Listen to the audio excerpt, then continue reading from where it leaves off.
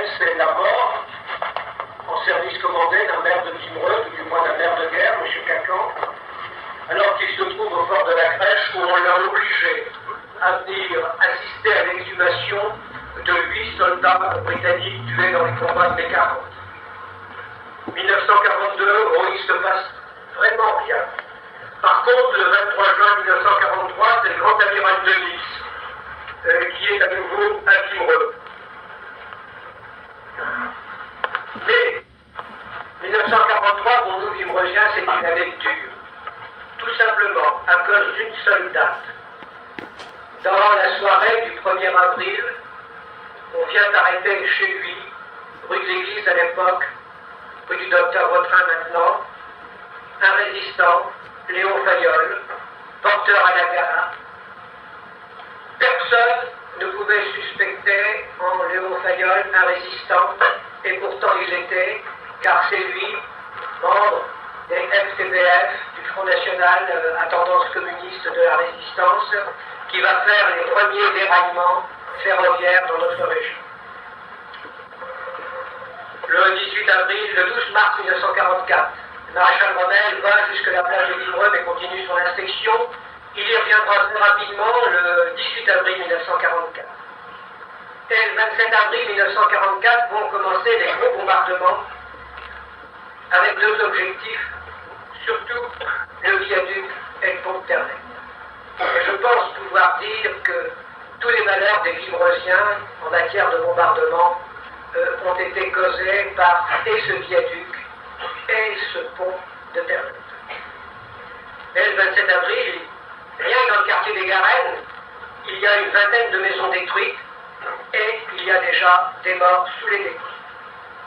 Paradoxalement, le mois de mai 1944 se déroule relativement bien à Vimereux. Bon, certes, on a des bombardements aériens, mais qui ne font pas de victimes dans la population. Et il y aura même, c'est extraordinaire, la cérémonie de la communion solennelle. Il y aura 15 communions et tirs doublons. Cela vous donne à peu près l'importance de la population qui est restée là. Et le père Bourmier leur dira, à cette époque-là, à ces jeunes Vimereusiens, n'oubliez pas que vous avez fait votre communion au son du canon. Parce que, et pendant la messe, et pendant les vêpres, car on allait encore aux vêpres à cette époque-là, eh bien la DCA a tenu. Et puis, quelques jours plus tard, il y a eu aussi l'épisode des cloches, que je ne peux pas ne pas vous raconter, parce qu'un officier allemand s'appelle au presbytère et dit, monsieur le curé, on vient chercher les cloches de l'église. Or, le père Bourmier, qui était un philosophe, discute. Il dit, oui, mais attention, dans la convention d'armistice de juin 40, il est bien entendu que les biens de l'église ne peuvent pas être requis par l'armée allemande. Alors vous allez demander l'autorisation au ministère des cultes à Paris. Et c'est ainsi que nous avons conservé les cloches de l'église. Par contre, le mois de juin 44 va être terrible. Ça commence le 2 juin, à Vimy, par un bombardement. Madame de Lédingor, notamment, trouvera la mort au château de Belleval. Et le 3 juin, à 11 h, c'est toute la famille Tiertan qui est massacrée dans la ferme d'Onvaux. On ne retrouvera qu'un seul enfant sous les ruines quelques heures plus tard. Le 4 juin, bombardement massif au Courquin, à la Ronville, au Golfe, à Aubin. Des fermes de M. Rénal, Malayeul, Collinet sont endommagées. La gare d'Aubin est détruite. On ne se souvient pas qu'il y avait une gare à Aubin, mais il y en avait une à cette époque-là, ainsi qu'une maison. Et le pont est touché. Le docteur Vautrin, car on doit rappeler son souvenir, soigne sur place plusieurs blessés. Il avait d'ailleurs été très légèrement blessé quelque temps auparavant dans un bombardement. À 11 h donc, le drame de la ferme d'Onvaux. À 12 h 30, c'est la rue Saint-Maurice et l'avenue Agrippa qui sont touchés. Le pont de Bague est à nouveau touché. À 15 h, c'est Onvaux et la crèche qui sont touchés. Le 5 juin, Vimereux est épargné, mais hélas, tout près de chez nous, à Gasmé. C'est un bombardement terrible qui va faire plus d'une vingtaine de victimes. Et parmi nous, il y en a ici ce soir qui particulièrement se souviennent. Le 6 juin, c'est M. Vidal qui est tué.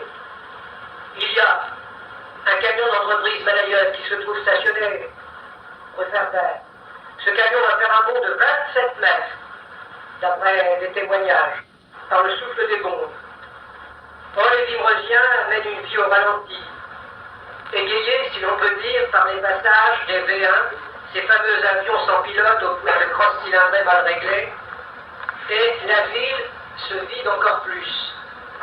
Les habitants de Vimereux s'en vont à pied.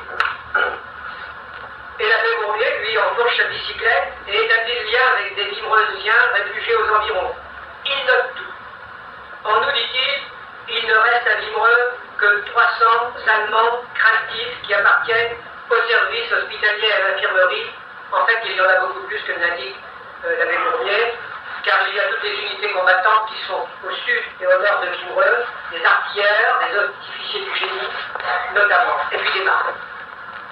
Et il y a aussi une standard commandanture qui est en place, qui reste en place, et qui va être vigilante jusque la fin. Le 26 août, on vend à Vimereux le dernier exemplaire du télégramme, qui ne paraîtra plus.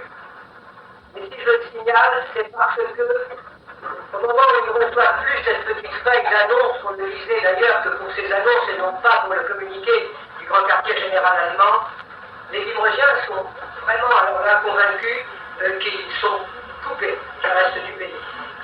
Le 30, la commandanture est fébrile, comme un bouleuvre, et elle ordonne le couvre-feu à 20h. Et dans quelques villas, on voit brûler les archives. Et on voit à partir de cette date réapparaître les patrouilles de jour de l'armée allemande. Le 31, nouvelle décision de la commandanture. Couvre-feu à 19h30. Mais j'ai retrouvé cette date dans toutes les communes de la forteresse Boulogne et il y a une explication, et M. Maquena, je pense, nous la confirmera tout à l'heure, c'est que le 31 août, le groupe des FFI de la Capelle-le-Roi a commencé à faire des prisonniers. Et ça, on le sait. Et il faut le dire. Le 1er septembre, on entend enfin le bruit du canon très loin, puis d'autres explosions que le vent d'ouest va amener. Dès le lendemain, c'est la destruction du port de Boulogne qui commence et qui sera terrible. Alors il faut bien dire, dans ce petit microcosme de Vimereux, qui vit recroquevillé sur lui-même, les bruits les plus fous circulent. Je viens moi-même, qui suis replié à Marquise, à bicyclette, ce jour-là, à Vimereux, voir ce qui se passe. Et parce qu'on est encore, ou presque en courte culotte, on peut passer sans être vérifié, contrôlé. Il faut bien dire qu'à partir du 1er septembre, la fête gendarmerie a quitté notre secteur, elle a été repliée sur Boulogne-sur-Mer, et il n'y a plus de contrôle. Et je suis surpris d'apprendre que les Anglais vont libérer Vimereux. Et je repars à Marquise dire, eh bien, Vimereux vont bientôt être libérés. On attendra encore. Le dimanche 3 septembre, le commandant Winkler quitte la station météorologique des Sépioles très rapidement, car il oublie sur son bureau sa correspondance française. En même temps, file de la rue des Anglais les derniers NSKK qui étaient habillés avec des uniformes un peu beaux et les kakis de l'organisation TOP. Ils partent d'ailleurs vers Grinet, où ils seront faits prisonniers. Les marins quittent le Grand Hôtel en direction de Grinet, parce que le contre-amiral Frisius a donné l'ordre tout simplement de les regrouper. Le soldat d'Athénaï de Vimereux est vide, le service de sécurité, le SD, est parti dans la nuit de la Villa Levantée, la Rambarde aujourd'hui, où il avait ses bureaux. Et le guet Vimereux aussi s'en va, avec ses maisons de tolérance. Seule la patrouille nous rappelle la présence allemande. Le mardi 5 à 10h, on entend nettement la batterie du chemin vert, une batterie de DCA, mais qui tire sur les premiers blindés canadiens qui sont au sud de la Capelle et ouvre le feu. La patrouille allemande, alors, ce jour-là, de jour, contrôle les identités et fait la navette continuellement entre la rue Carnot et le blocos du Carillon. On a reçu en mairie l'ordre de l'évacuation. C'est un ordre qui est affiché en mairie mais que personne ne vient lire. Alors on se le transmet de bouche en bouche. Le 5 septembre, dans la soirée, vers 18h30, les Allemands font sauter le viaduc. Les deux arches de droite quand on regarde le viaduc vers Villiers. viaduc qui était miné depuis plusieurs jours et que certains résistants avaient envisagé de déminer, mais malheureusement, l'un d'eux a été appréhendé quelques jours plus tôt et n'a pas pu mettre son projet à dessein. Le 6, on apprend à Vimreux que la ville de Boulogne est investie. Et on voit que la patrouille. Le 7, les premiers tirs de l'armée canadienne tombent sur Vimille, beaucoup. Sur Vimreux, un peu. C'est la batterie Frédéric Auguste de la trésorerie qui est visée. Le 8, Vimille est canonné, pas Vimreux. Le 9, la garnison allemande de Vimreux-Centre se considère comme prisonnière. Et les quelques soldats allemands qui essayent de nouer des conversations avec les habitants de Vimreux disent « nous prisonniers ». Et c'est vrai, parce que Vissant est occupé ce jour-là par une compagnie du régiment des fusiliers de la Reine. Un chasseur anglais est abattu par la DCA au sud de la trésorerie. Le dimanche 10, quelques personnes seulement au messe célébrées par l'abbé Mourmier et son vicaire l'abbé Véril, la Napoléon. L'ordre de l'évacuation générale est confirmé en mairie et on demande avec insistance à la mairie de bien vouloir prier les Vivreusiens de s'en aller. Mais ils ne vont pas vouloir partir. Ou certains vont partir, il y a d'ailleurs pour partir qu'une direction. On ne peut plus partir sur Boulogne, sauf si on a vraiment un point de chute à Saint-Martin, mais comme on évacue Saint-Martin, on ne peut pas partir sur Saint-Martin. Il n'est pas question d'aller à Vimille, ni aller en Bretonne, la route est coupée, on ne peut partir que par Aubingue où on laisse encore passer Bonbrecan et Marquise. Et je le disais l'autre jour à Marquise, on voit arriver tous les réfugiés des faubourgs nord de Boulogne. Le 11 septembre, vers 13h, le fort de la Crèche subit un violent bombardement. La situation n'est pas la même à Vimille, où l'ordre d'évacuation est donné dans la plus grande confusion. Le mardi 12, journée calme. Le mercredi 13, bombardement très dur sur la trésorerie. Un avion à nouveau est abattu, qui tombe en plein centre de Vimille. Et il y a une aile qui écrase pratiquement la brasserie Lover, une aile de bombardier. Le jeudi 14, que font les Vivreusiens? Eh bien, ils vont à la corvée d'eau, car il n'y a absolument plus d'eau dans notre commune. Et il faut connaître les puits et les réserves d'eau pour se ravitailler. Et on va d'ailleurs chercher de l'eau à Haut-Fringant. Et on fait la corvée d'eau jusqu'au Fringant. Et ce jour-là, on apprend que le lendemain, c'est-à-dire le vendredi 15, la commandanture a ordonné l'évacuation de la rive droite de Vimreux. C'est-à-dire que ce que nous appelions à l'époque le quartier des Garennes doit être absolument évacué. Et les habitants qui sont encore dans ce quartier, qui s'y sont accrochés, ont 2 ou 3 heures pour partir. Je dois dire que tous n'exécuteront pas cet ordre. Et on les découvrira après la libération du bas de Vimreux, comme nous disions. Vimreux déjà reçoit beaucoup d'obus, les civils sortent peu, ils vont dans l'avitaillement et les Allemands aussi, qui viennent faire d'ailleurs la razzia des vaches dans les prés de Vimille. Le samedi 16, beaucoup de tirs de mitrailleuses lourdes sur Vimreux et sur Vimille. On vit dans les caves, où l'on vit dans les tranchées, où l'on vit même dans des trous individuels, parce que les assiégés de Vimreux ont chacun leur recette. Il y a ceux qui croient à l'efficacité de la cave, ceux qui croient à la tranchée, ceux qui croient au trou individuel. Le dimanche 19, alors, je le rappelle, à 8h55, c'est la grosse offensive sur Mont-Lambert, Erquelin. Le dimanche 17, à 8h. Alors que les avions bourdonnent dans le ciel, il y a une messe à Vimreux. Il y a 21 personnes. À la messe de l'Isère, il n'y a personne. Et l'abbé Mourmier le note sur son journal. Il n'y a personne. Parce qu'à partir de 9h, c'est le vacarme. Dans le ciel, la terre, me disaient certaines personnes, tremblait aux abords de Vimreux. À 12h, bombardement par artillerie de la gare de Vimreux. Et en fait, les tirs d'artillerie descendent de la gare et jusque la plage.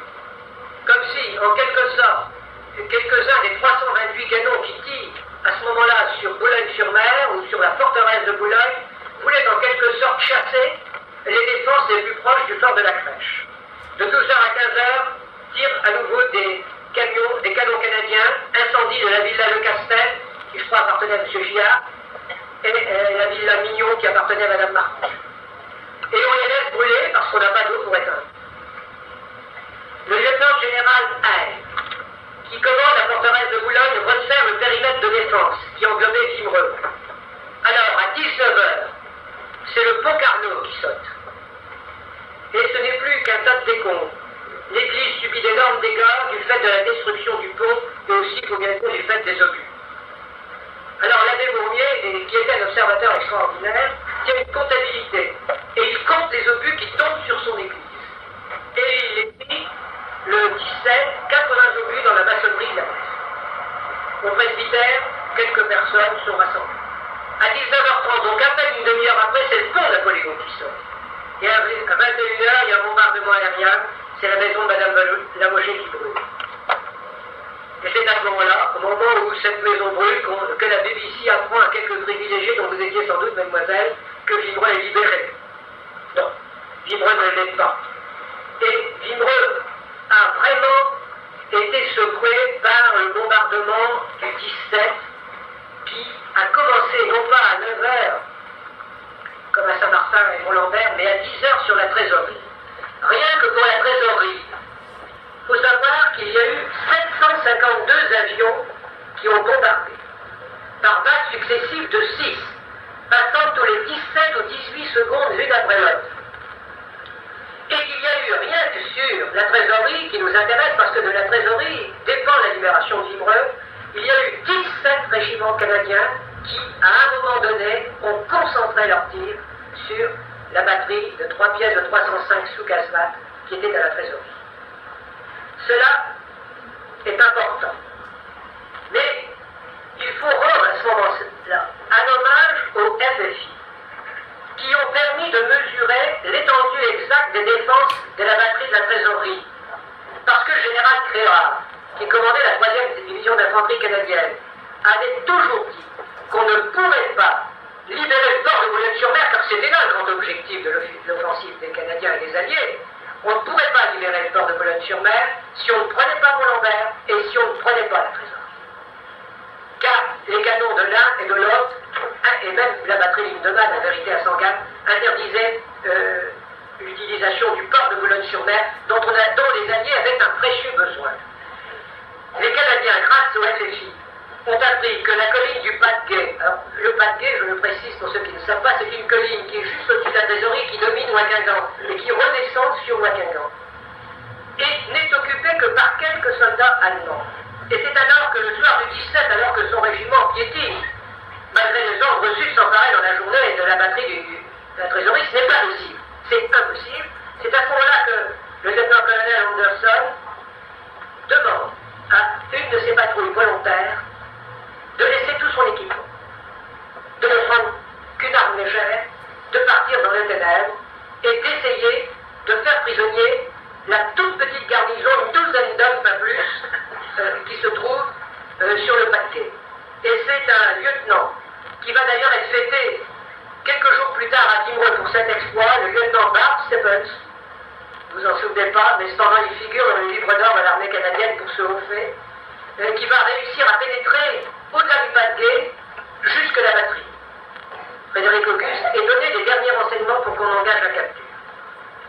Le 18, le North Shore attaque la trésorerie, précédé d'un terrible barrage d'artillerie, ce qui oblige les Allemands à rester dans les 3 grosses casemates bétonnées, parce que les tirs ont été mieux réglés que la veille. Malheureusement, il y a un champ de mine qui a été posé 2 ou 3 jours plus tôt. Et ça, ni les résistants, ni les Canadiens ne le savent. Alors le nombre des blessés va augmenter d'une façon inquiétante dans les rangs du North Shore. Parce que les Canadiens, malgré les 3 chars fléaux, vous savez, ces chars qui avaient une sorte de tourniquet avec des chaînes devant eux pour faire sauter les mines, malgré 3 chenillettes spécialisées dans l'éclatement des mines enterrées, eh bien, les Canadiens vont être bloqués. Et ils ne seront obligés d'attendre que le 18 au soir, lorsque quelques ingénieurs, ça c'était une particularité de l'armée américaine, de l'armée canadienne, il n'y avait pas simplement des officiers, des soldats, il y avait aussi des ingénieurs qui venait contrôler la solidité d'un pont qu'on installait, qui venait dire comment techniquement on pouvait venir à bout d'une difficulté. Et avec quelques détecteurs de mines, ils vont faire un déminage en 2 ou 3 heures à la baïonnette pour pouvoir attaquer le 18, la batterie de la trésorerie. Ils vont s'en rendre maître seulement dans la nuit qui va suivre. Et le 18, en mairie, un commandant allemand, ici, fait porter une somme de 120 000 francs, qui est la trésorerie de sa batterie, pour, dit-il, être distribuée à la population de Vimereux. Et il apporte 2 chevaux. Et tout à l'heure, j'ai rencontré un des résistants qui était avec Albert Matina. Il m'a dit, ben, il y a un de ces chevaux, on l'a retrouvé à l'hôtel du Carillon, et je suis reparti avec elle. Et je pense que c'est vraiment intéressant tous ces petits détails que j'essaye de donner pour concrétiser, pour voir que finalement, tous les renseignements se retrouvent. À Vimereux, le 18, à cause de ce bombardement effroyable, on attend dans l'anxiété. Et il n'y a plus un habitant qui quitte son abri. Vimereux est une ville morte. Le 19. Alors, le colonel Anderson ordonne le nettoyage de la batterie. Dans l'une des casemates, dans la casemate principale, il va se passer un épisode qui est extrêmement rare au cours de cette guerre. Et c'est pourquoi je tiens à vous le raconter, surtout pour les jeunes qui sont là et qui verront ce que peut être le fanatisme du nazisme. Le commandant de la batterie, voyant qu'il va être pris, s'attache au siège de tir d'un canon, et lorsqu'il entend que l'on fait sauter avec 2 mines la porte blindée de sa casemate, il se fait sauter avec son canon pour ne pas tomber aux mains des soldats canadiens. Les Canadiens font 200 prisonniers à la trésorerie, mais ils ont eu plus d'une 60aine de blessés et une 20aine de morts. C'est beaucoup. Pendant cette journée du 19 à Vimereux, il y a 20 obus qui tombent sur l'église. La garnison allemande ne bouge pas. Elle est recroquevillée au Carillon et ses officiers sont à la Villa Madonna. Personne ne bouge, mais à ce moment-là, les FFI du groupe de la Capelle et une compagnie du Nord Shore attaquent le centre de Vigny. Le mercredi 20, les soldats allemands enfermés dans Vimereux sont énervés, note l'abbé Mourmier. Il y a un bombardement par artillerie pratiquement toute l'après-midi. Et on se bat autour de Terlingta et de la colonne. Enfin arrive le jeudi 21 septembre. À 8h15, 5 salves de 40 obus, puis le grand silence. Mais le petit canon de la gare, que les Vimereusiens avaient d'ailleurs surnommé le Roquet, continue d'aboyer. Vers 10h, les FFI sont à Revingan et d'autres sont à proximité d'Oulouse. L'escouade du sergent McKenna atteint Gazmé. Les Allemands se sont retranchés sur le talus du chemin de fer et ont installé d'ailleurs 2 mitrailleuses dans les décombres de la partie haute du viaduc. Et ces 2 mitrailleuses sont très bien cachées et elles vont être difficiles à déloger. Il faut dire, pour bien comprendre ce qui s'est passé, c'est que la garnison allemande a l'ordre de venir défendre âprement ce talus, puisque les Canadiens et les FFI attaquent de Vimy et de Oulouse. Et ils ne peuvent se défendre que sur cet emplacement qui est relativement élevé. Et par conséquent, lorsque un groupe de défenseurs allemands quittera le talus, il y en aura d'autres qui s'en apercevront et qui viendront prendre le relais. Ce qui fait que les FFI vont se trouver à plusieurs reprises, et les Canadiens aussi, nez à nez avec des défenseurs qu'ils croyaient avoir définitivement nettoyés. Il va y avoir comme ça un certain nombre de vagues. Au viaduc, la poche de résistance allemande est assez dure. Alors pendant que les FFI sont approchés, le colonel Anderson décide d'envoyer 2 chars du 3e régiment anti-chars canadien, des chars qui sont armés chacun d'un canon 105, et naturellement, il fait taire les mitrailleuses lourdes du viaduc. Ce qui ne veut pas dire que tous les Allemands sont repliés. Ils vont continuer à se défendre aux fusils mitrailleurs et aux Moser. À 14h, c'est le canon de la gare qui fait à nouveau parler de lui, et on m'a affirmé qu'à ce moment-là, c'était d'autres artilleurs allemands qui étaient venus prendre le relais, parce que la première batterie, eh bien, elle était partie. Elle s'était sauvée. Elle avait été terrorisée. Mais il y en avait d'autres. Et puis il va se passer aussi un événement qu'on sait peu. c'est que la batterie grand électeur qui est agrivée, c'est une batterie de 280. Ce sont des obus qui faisaient à peu près 1,50 m de hauteur et qui faisaient 600 kg. Qui est une batterie pivotante, qui peut donc tirer sur 360 degrés. Ou le feu sur vibreux. On voit à peu près 5 ou 6 obus sur vibreux. Mais cette batterie va avoir un effet qui n'était pas prévu. C'est que la garnison allemande qui se trouve au blocus du Carillon est inquiète, parce qu'elle connaît l'importance des obus de 280 qui lui tombent dessus. Et se dit, ça y est, agrégés sont persuadés que Vimereux est pris, ils vont tirer sur nous, et à ce moment-là, il faut bien dire par leur passivité relative, faciliter la tâche des libérateurs de Vimereux. Parce qu'ils vont avoir peur d'être écrasés par leurs propres obus. Et c'est une donnée particulière de la libération de Vimereux. Mais il faut quand même déloger ceux qui sont là. Et ça ne se fait pas facilement. Les sergents McKenna et Land en profitent.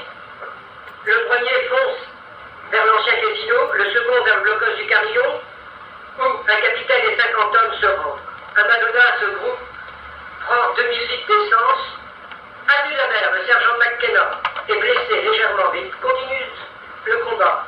Il y a une pièce de 50 qui défend le mur anti-char, qui faisait partie du mur de l'Atlantique. Il y a aussi un canon 77 qui est abrité sous casemate, mais les FFI balancent quelques grenades et les Allemands se rendent. À 17 h, après un bombardement, un ultime bombardement, le régiment de la Chaudière et le régiment des fusiliers d'Arène tentent une première attaque du fort de la Crèche. C'est un échec. C'est un échec. Parce que l'enseigne de vaisseau Barals, qui est à la tête d'une garnison de 500 hommes, n'est absolument pas décidé à se rendre. Et les Canadiens seront obligés d'attaquer le lendemain. À 18 h à peu près, les derniers défenseurs du talus, du viaduc, se replient. Quelques soldats allemands sont liquidés par le bataillon du North Shore, que dirige le colonel Anderson lui-même. Il parle mal le français, et il est vraiment heureux lorsqu'il arrive rue Carnot, chez Madame Douchy, où là, on parle très bien l'anglais. Et il a reçu, il faut bien le dire, un accueil extraordinaire, pendant qu'il envoie quand même un peloton s'assurer que la batterie des Garennes, qui était une batterie très importante, qui battait la plage de la Pointe-aux-Oies, avec 3 pièces de 190, c'était donc des gros canons, avec la batterie de la Rochelle, ont quelques défenseurs qui se rendent. À 19 h enfin, à Vimereux, le 21 septembre, c'est le silence, dans un centre croquevillé sur la rue Carnot et sur quelques rues adjacentes. Parce qu'il faut savoir que depuis un certain temps, on n'a plus le droit d'aller entre la rue Carnot et la mer. Par conséquent, lorsque les Vimereusiens sont obligés d'évacuer les Garennes, d'évacuer tout le quartier situé entre la plage et la rue Carnot, ils sont bien obligés de se recroqueviller en quelque sorte autour de cette rue. Et cependant, le colonel Anderson va envoyer un rapport qui est déposé au ministère de la Défense nationale à Ottawa, va envoyer un rapport extrêmement élogieux sur l'accueil que lui réservent les Vimereusiens. Pas simplement les Vimereusiens qui vont lui faire goûter un verre de vin, et ça s'est passé, mais aussi les Vimereusiens qui ont encore quelques drapeaux français et anglais qu'ils vont accrocher aux ruines et à leurs fenêtres où il n'y a plus de carreaux, car c'est comme ça que ça se passe. Et finalement, ces gens de Vimereux qui ont vécu, je peux le dire, à côté d'un médecin, d'un pharmacien, de 2 infirmières et d'un prêtre, vont faire un accueil absolument extraordinaire aux Canadiens. Mais le colonel Anderson, pendant qu'il est accueilli, est appelé à son scout car, parce qu'il y a un point de résistance du côté de la gare, du côté de la rue Saint-Maurice. Il y envoie un peloton avec des FFI, c'est nettoyé. Et à ce moment-là, il installe 12 canons devant notre mairie, pointés sur le fort de la Crèche, parce que le fort de la Crèche tient toujours. Il met son régiment au repos, sauf cette batterie d'artillerie qui dépend du 3e régiment anti-char canadien. C'est une nuit douce sans doute, encore que bruyante, parce qu'il y a des bombardements et des tirs de canon sur la Crèche, et des obus qui s'égarent encore sur Vimereux. Le 22 au matin, alors l'accueil des assiégés de Vimereux est renouvelé. Vers 10 h, les soldats du North Shore qui sont là commencent à défiler. Mais un défilé informel dans cette rue Carnot, où il y a encore plus de drapeaux que la veille. Ce qui permet de se demander si dans la nuit on n'a pas confectionné quelques drapeaux supplémentaires. Mais ça, je crois que c'est typique du caractère des Vimereusiens. Et lorsque, vers 10h45, le fort de la Crèche cède, on a appris par TSF, et ce sont les services de TSF du régiment de la Chaudière et du régiment des fusiliers de la Reine, que à Vimereux, il y a un accueil extraordinaire. Alors on peut le dire, sans aucune autorisation. Il y a une compagnie du régiment de la Chaudière qui vient faire une petite virée à Vimereux, qui d'ailleurs sera obligée de repartir dans l'après-midi sur Boulogne, où il y aura mission de nettoyer le quartier de Capécure, où il y a encore des fanatiques allemands qui résistent. Et il y a aussi une compagnie du régiment des fusiliers de la Reine qui vient jusqu'à Vimereux. Alors là, le commandant va intervenir, il a dit, bon, vous passez dans la rue Carnot, et ensuite, vous repartez puissant, rejoindre le bataillon qui vous attend. Donc, Vimereux est libéré d'une certaine façon avec éclat. Le 24, ce sera le Téléum chanté dans l'église de Vimereux, mais une église qui est en ruine. Mais il faut le signaler parce qu'il y a eu très peu de Téléum chantés dans notre libération. L'abbé Bournier avait beaucoup d'humour. Il trouvait bizarre cette vie qu'il avait vécue et il trouvait que ça avait été une drôle de guerre jusqu'au bout. C'était pas simplement la drôle de guerre de la déclaration de 39, non. Et cependant, il faut bien dire que pendant un certain nombre de jours, les Vimereusiens vont vivre avec le réflexe de la crainte. Chaque fois qu'un avion va passer dans le ciel, il y a un acte de réflexe. Et cet acte de réflexe, moi je ne l'ai pas connu à Vimereux, je l'ai connu ailleurs. Les jours suivants, il pleut dans les maisons, les prisonniers allemands sont ramenés, quelques-uns en tous les cas, pour commencer le déminage de la plage de Vimereux, qui va être la première plage à être déminée du nord de la France. Mais la ville ne sera déclarée sinistrée que le 20 octobre 1945. Les dommages matériels sont énormes. Sur les 1170 immeubles de 1939 à Vimereux, 258 sont détruits de 75 à 100%, 85 de 50 à 75% et 114 de 25 à 58%. 347 sont endommagés, je crois qu'il y en avait à peu près une vingtaine qui étaient vraiment intacts. 7 des 41 hôtels de la station sont complètement détruits comme le casino. Tous les autres sont sinistrés. Les Allemands ont fait sauter les 2 arches du viaduc. Le talus, côté Calais, qui nous concerne, est affouillé par des sources. Et la SNCF est obligée d'entreprendre l'ouverture d'un chantier de réparation qui n'est pas un chantier comme les autres. Parce qu'il y a des décombres et il y a des sources. Et on fera appel à une société anglaise qui va expérimenter pour la première fois à Vimereux un système d'assèchement du sol. Le 8 février 1945, la liaison ferroviaire Boulogne-Calais est rétablie parce que la reconstruction du viaduc, qui a été rapidement menée, est enfin terminée. Le 9 juillet 1950, le général Dumas remet à la ville de Vimereux avec la croix de guerre, avec la citation suivante, qui sera, si vous le voulez, la conclusion de cette évocation. Croix de guerre avec étoile de bronze, citation, guerre 1939-1945, située à proximité de la base fortifiée de Boulogne, inconnue de profonde destruction. Sa population, douloureusement éprouvée, a supporté ses deuils et ses ruines avec un courage et une foi jamais démentie. Tout est dit dans cette citation, mesdames, messieurs, ciselé à jamais dans le bronze de la mémoire.